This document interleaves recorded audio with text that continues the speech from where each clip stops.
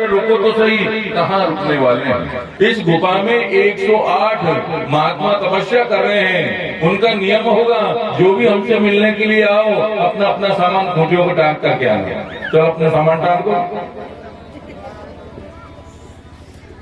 ऐसे करते हुए ये सखा अगासुर के उधर में अंदर चले गए, गाय के बछड़े भी चले गए। भगवान मन में सोचने लगे, मेरे सखा भी चले गए, मेरे बछड़े भी चले गए, तो मैं बाहर रह करके करूंगा क्या। अब यहाँ प्रश्न ये खड़ा होता है, आगे कहते हैं पाप को, ये अगासुर पाप का प्रतीक है, तो क्या भगवान भी पाप में प्रवेश करते हैं। समाधान ये है इस बात का कि किसी कारणवश अगर भगवान के लाडले भक्त किसी कारण से पाप में चले जाएं, तो उन अपने भक्तों को बचाने के लिए, उनकी रक्षा के लिए भगवान को स्वयं भी अगर पाप में जाना पड़े तो जाते हैं। मेरे कन्हैया जैसे अगासुर के कंठ में पहुंचे हैं, उधर में नहीं पहुंचे, पेट में नहीं गए, कंठ में जाकर के भगवान ने अपने शरीर को बढ़ाना आरंभ किया। इतना शरीर बढ़ाया, इतना शरीर बढ़ाया कि अगासुर का कंठ अवरुद्ध हो गया। 1 मिनट में ही अगासुर का अंत हो गया।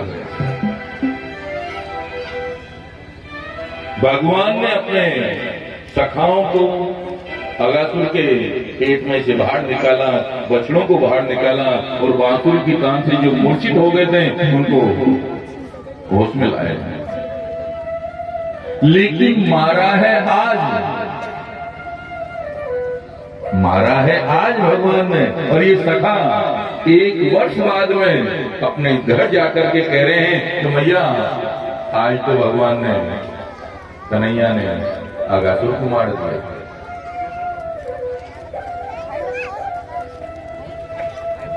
यानी आप 14 फरवरी 2023 को यहाँ बैठ करके कथा सुने और 14 फरवरी 2024 को घर जाकर के कहें कि हम तो बालाजी के सानिध्य में भागवत कथा सुन करके आए हैं, तो ये 1 वर्ष कहाँ चला गया।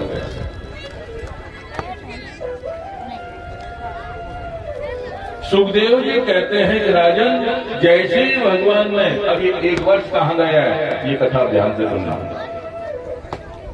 जैसे ही भगवान ने अपने सखाओं को, गाय के बछड़ों को अगासुर के उधर से बाहर निकाला, बांसुरी की कान से सबको होश में लाए। होश में आते ही सखा कहने लगे, लाला बड़ी जोर की भूख लगी है, भोजन कर ले। भगवान ने कहा जाओ, जो अपनी अपनी सामग्री लेकर के आओ।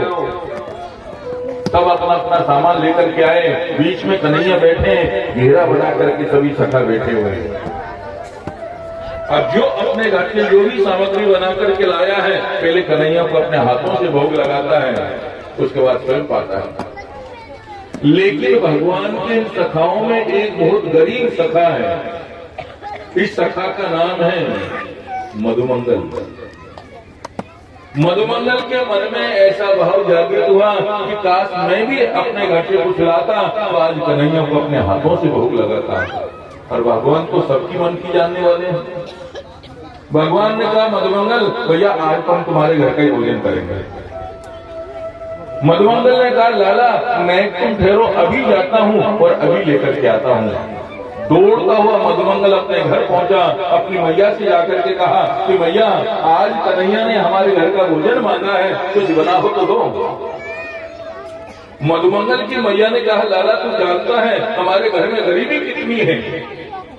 3 दिन से घर में चूल्हा नहीं जलाया।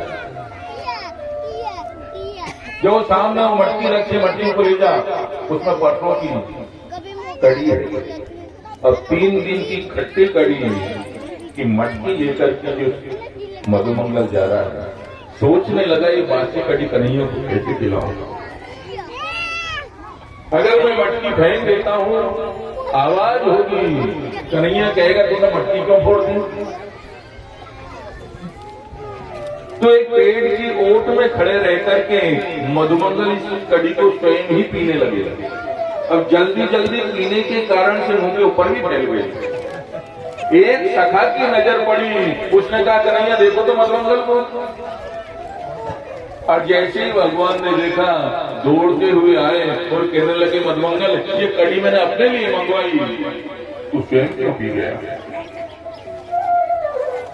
मधुमंगल ने कहा लाला आज तू मुझे क्षमा कर दे, मैं कल तेरे लिए मखाने की खीर बनवा करके लाऊंगा, कल तू हमारे घर का भोग लगा लेना।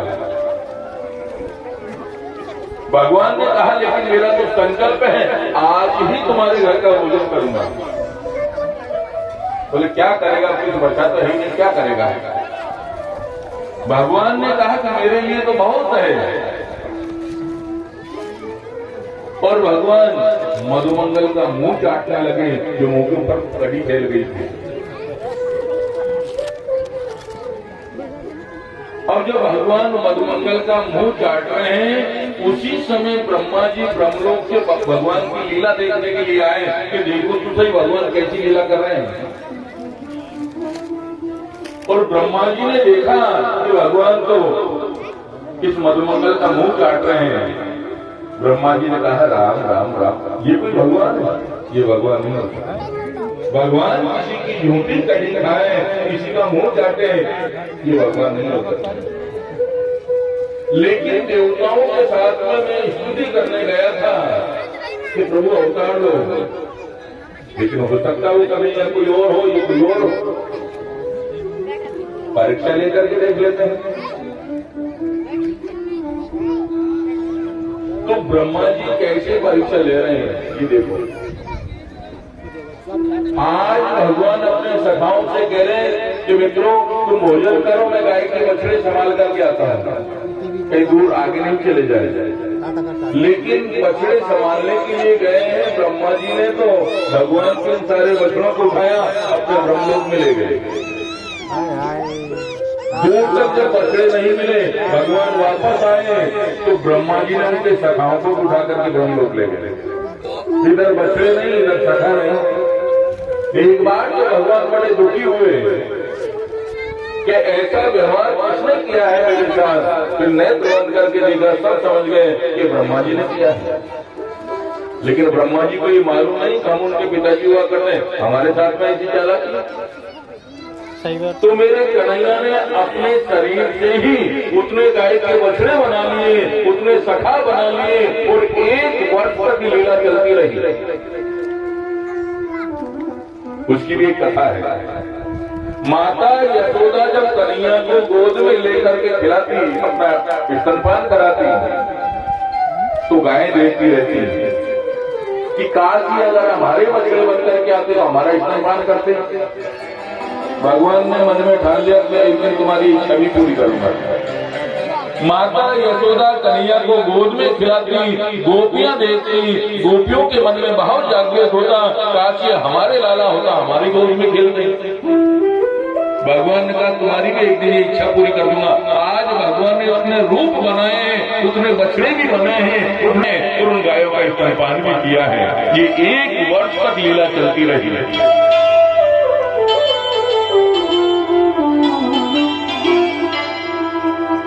इधर ब्रह्मा जी ने मन में विचार किया कि देखो तो सही अपने बछड़ों के बिना और सखाओं के बिना कैसे रो रहे होंगे, चल करके देखो।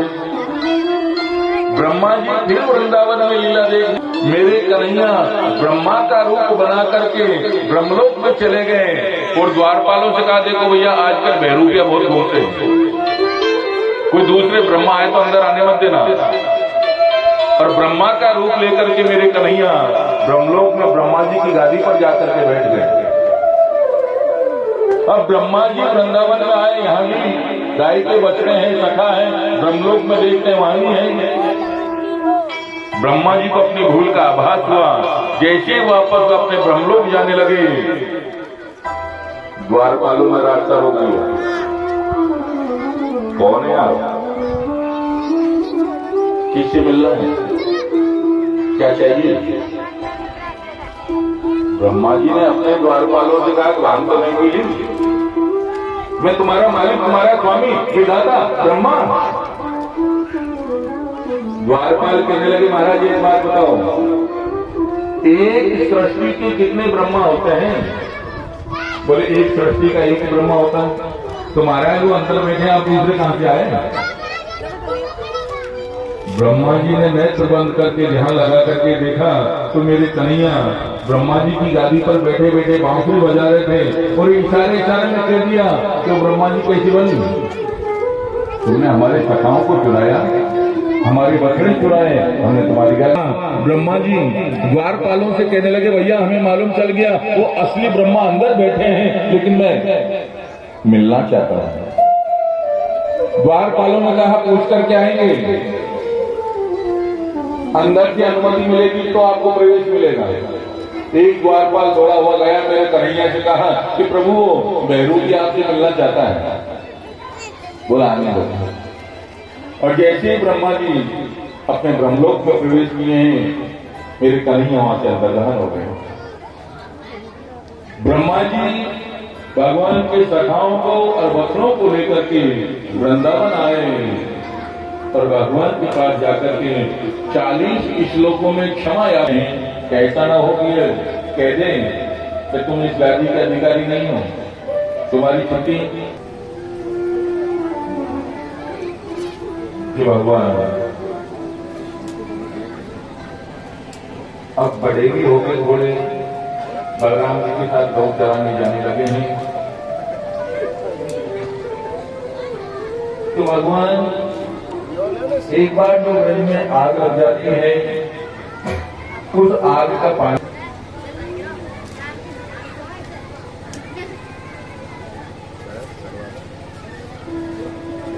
मन में सोच रहे हैं एक दिन मुझे ब्रज छोड़ करके जाना है और मेरे ब्रजवासियों को पर कोई संकट नहीं रहना चाहिए।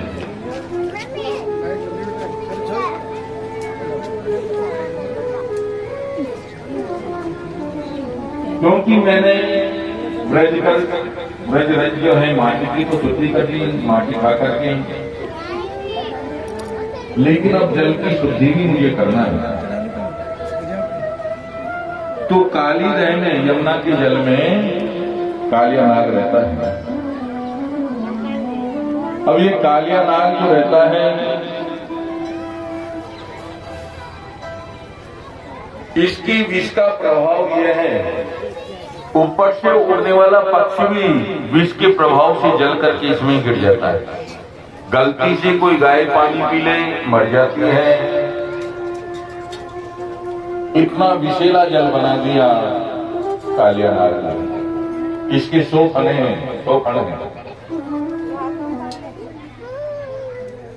एक राक्षस और आया, ये राक्षस है धेनुकासुर। गधे का रूप लेकर के आया तो उसका उद्धार भगवान ने बलराम जी के साथ करवा दिया। बलराम जी ने जब धेनुकासुर का उद्धार किया, और भगवान ये चाहते हैं कि जिस समय मैं कालिया नाग को दंड दूं, उस समय बलराम जी मेरे साथ में नहीं होने चाहिए। क्यों नहीं होने चाहिए? भगवान ये सोच रहे हैं कि दाऊदी तो शेषनाग है, शेषावतार है बलराम जी। अगर ये कालिया नाग को मैं दंड दूं, कालिया नाग दाऊ की शरण में आ गया और दाऊ ने कह दिया रहने दे कन्हैया, छोड़ दे मत मार, तो बड़े भाई की बात भी माननी पड़ेगी। तो जिस समय कालिया मर्दन कर, उस समय दाऊ मेरे साथ में नहीं रहने चाहिए, लेकिन ये तो मेरा पीछा ही नहीं छोड़ रहे। तो भगवान ने धेनुकासुर का उद्धार बलराम जी के द्वारा करवा दिया। और आज माता यशोदा से जाकर के कह रहे हैं कि मैया, दाऊ ने तो आज बहुत ही बहादुरी का काम किया है। क्या किया है? बोल मत पूछ मैया, बहुत बहादुरी का काम किया है। अरे बता तो सही, बहादुरी करता जा रहा है, क्या किया है? तो कन्हैया ने कहा कि मैया, दाऊ ने आज बेचारे गधे को मार दिया, बेचारे गधे को मार दिया।